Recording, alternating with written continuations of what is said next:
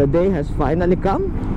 Nabanggit ko to sa previous vlog natin, na mayroong kumuha sa atin na magi-sponsor. So ngayon ay pupunta tayo sa QAV sa Quezon Avenue para puntahan itong shop na to. Mamaya makikita nyo. So magpapalit tayo ng gulong. Yan, saktong-sakto 3 years. Magti 3 years na tong motor natin. So medyo ROI naman na yung stock na gulong natin. Ipapasyal ko kayo doon sa Porsche motorcycle. Tapos Champion tires yung gagamitin natin. So tingnan natin kung ano yung makikita natin dun sa shop. Bala ko mamili din dun eh, kasi retail shop siya. So tingin ko makakamura tayo sa mga supplies natin. Ganoon din naman, bibili tayo, di ba? So check natin, and then syempre yung gulong na pagpapalit natin. So samahan nyo ako. Right now tayo ay nasa Giginto na at sobrang traffic. So mamaya balikan ko kayo kapag medyo maluwag-luwag na, kasi wala naman kayong makikita ngayon. Tara!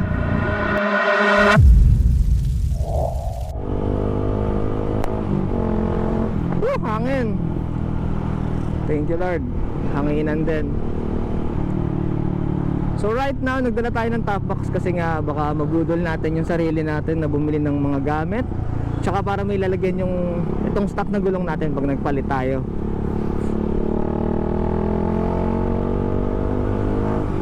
Problema ko pag naka-top box, pag binitawan mo, ayan na, nagwe-wiggle siya. Pero pag tinanggal mo naman, wala.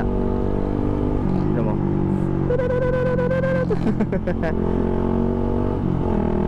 Pag naka-top box lang naman.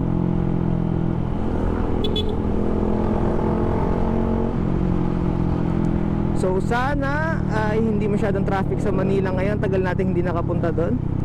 Ang medyo concern ko is yung NCAP. Di ko sure if pati doon sa may, or sa bandang EDSA lang yun, or pati doon sa may QAV meron. We'll see about that. Pero syempre magpapaka good boy tayo doon. Ang problema lang naman kasi doon for someone like me, or katulad natin ng mga taga province or hindi taga Manila, hindi natin kabisado yung mga yung mga sanliliko, malapit na ba yung likuan. Kung nakaasa lang tayo sa Gmaps or Waze, kung Waze kayo, ako kasi Gmaps ako eh. Ayun yung medyo challenging dun eh. Baka na-late ka na pala ng ikot. Pag ganun tinutuloy ko na lang minsan eh. Baga mahabang ikot na lang kaysa mahuli, di ba? Ang layo pa naman ng kukuhanan ng lisensya. So yan, tingnan natin kung maliligaw ba tayo. Sana hindi. Update guys, napakadaming ginagawang daan sa MacArthur. Right now, balagtas sa ata to. Ayan na, may ginagawa na namang daan. Sayang di ako nakaakyat dito. Mas mabilis dito sa kabila eh. Nandito kasi mga truck sa lane na to. So basically 3 lanes siya. Yung isang lane ay ito, tsaka yung sa kabila. Kasi yung sa kabila ay nadadaanan din naman. So ang taas na naman. Hopefully may magagandang bakal na to para magtagal naman yung mga daan ano. So yan, update lang sa mga ginagawang daan. Sa kabahan dito sa MacArthur, napakadami guys na ginagawa.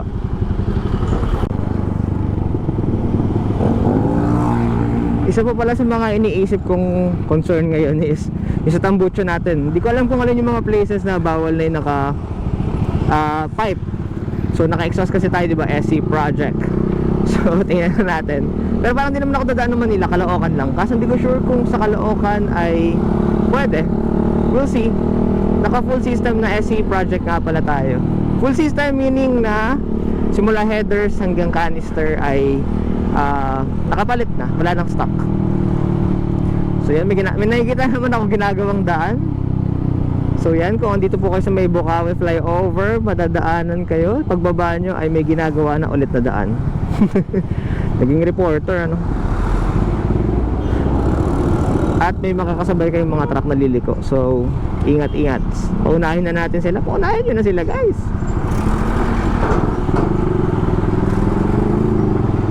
Pero yung jeep, muna tayo.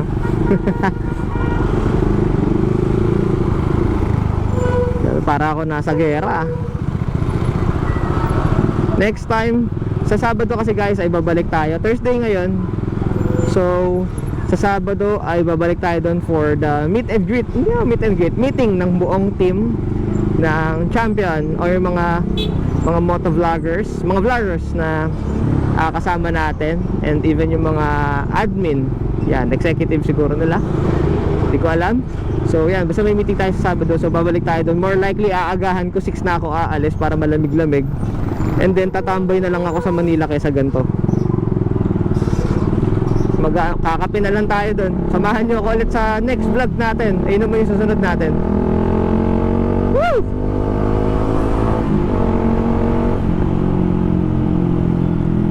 Yung magandang tunog talaga ng pipe ko ngayon ay saan ka pupunta?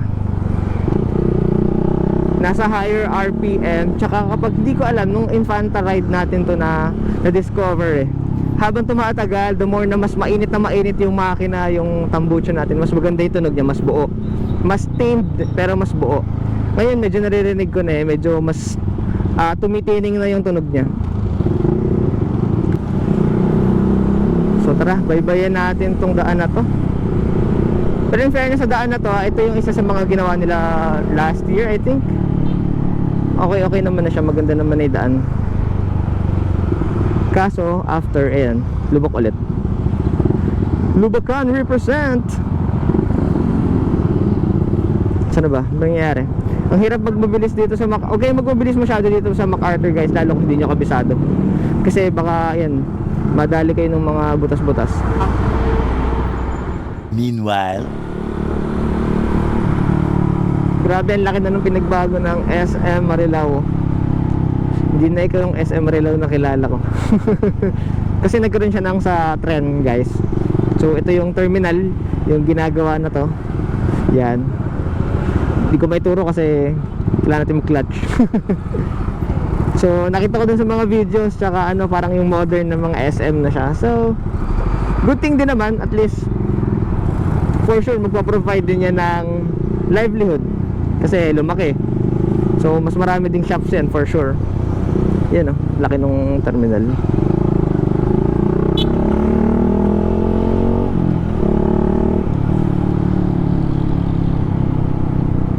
Grabe yung daan dito sa MacArthur guys, para kayo nagte-trail. Ito yung biyahe na sobrang lakas sa gas, yung puro traffic, atras abante, tapos stoplight, sobrang lakas ito sa gas. Pero at least sa mga gantong lower displacement, medyo matipid-tipid pa tayo sa gas. Kailangan talaga natin ng big bike para may iwasan na natin yung ganto. Sobrang lala ng MacArthur, lalo pag gantong oras. At least medyo i-spend, pero yung mas mabilis yung biyahe, tsaka yung convenience.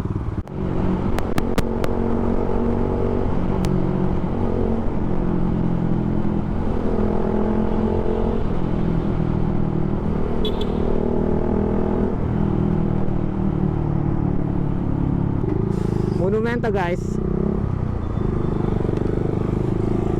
Monumento, andito na tayo sa Monumento, and I think mga 19 minutes daw andun na tayo. Tapos liliko tayo sa may kanan later, so medyo punta na tayo dito. Maraming tao kinakabahan mag Manila pero kasi wala, kailangan talaga confident ka mag-drive dito, kundi lalamunin ka ng buhay.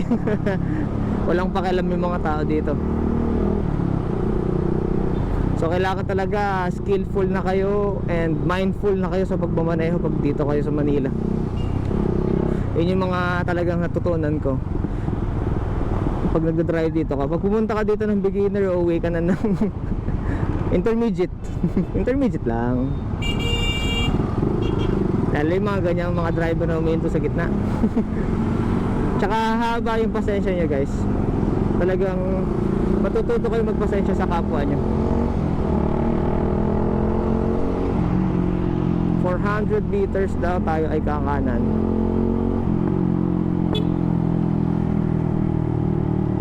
So dito na tayo sa may parang main road, papunta tong Espanya. I think pauwi dito na ako papadaanin sa may pa SM North. Hula ko lang naman. Babanawe. Yan, Babanawe tayo actually. So kung pupunta kayo from this side, yan, masusundan nyo siya. Tingnan ko na siya sa maps. So alam ko may nakalabas naman na Porsche.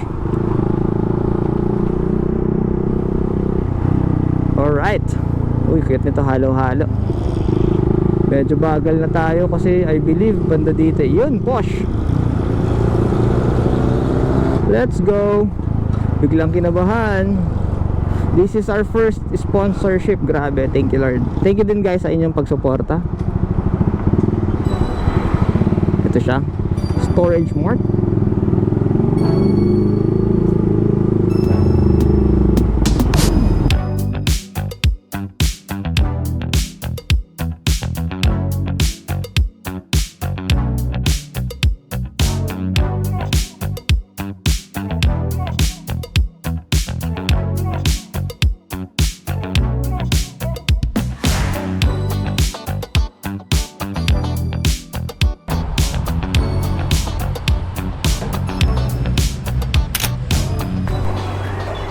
So ayan, ganyan natin siya kinabit.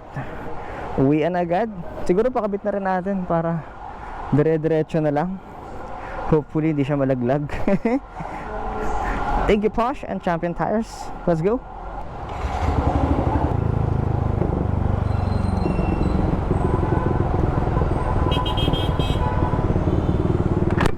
May nakita tayo naka-Gixxer dito. Anong model kaya to? Tingnan natin. Or baka SF. Kabisado yung puwet ng Gixxer, ano? Hindi, actually kaya recognizable ang Gixxer dahil sa kanyang tambucho. Napakadaling ma-discover. Yung po, mga top box din. Pero ako madalas din ako, uy, pas naman ako. Pero madalas ako hindi na ako nagka-top box eh. Kasi, yung 2023 model.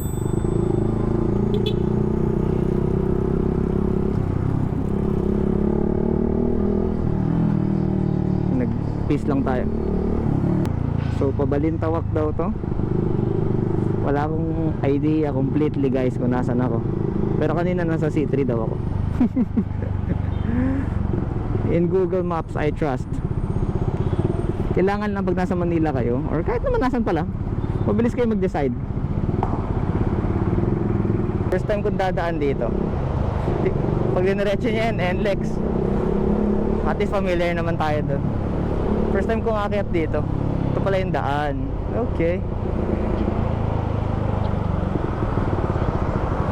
Alright. Tapos dumiretso ako doon na nag-NLEX ako. Ako naman yung susunod na mag-viral. Ang size nga pala ng mga gulong natin, bossing, ay sa harap naging 110 by 70, pero syempre 17 pa rin. So yan unang tinanggal yan ni Kuya. And ang kagandahan sa shop na to ay meron silang yung mga automatic na pangtanggal nung sa mugs natin para safe yung paint ng ating mugs. At kudos kay Kuya, sobrang alaga niya sa mga mugs natin, even sa gulong natin. And napakabait niya. Ang susunod na vlog nga pala natin, bossing, ay yung shooting naman natin with Champion Tires team or yung tropang Champion. So tapos na yung front tire natin. Sa rear tire naman, kailangan tanggalin yung sprocket, kailangan tanggalin yung brakes. Ang size nito ay 140 by 70, so medyo tumaas, medyo naging tiptoe ako. So guys, hanggang dito muna yung vlog natin. Review natin to sa mga susunod na vlog natin. Please do like, subscribe, and comment na din kayo dyan kung may mga tanong kayo. Ride safe!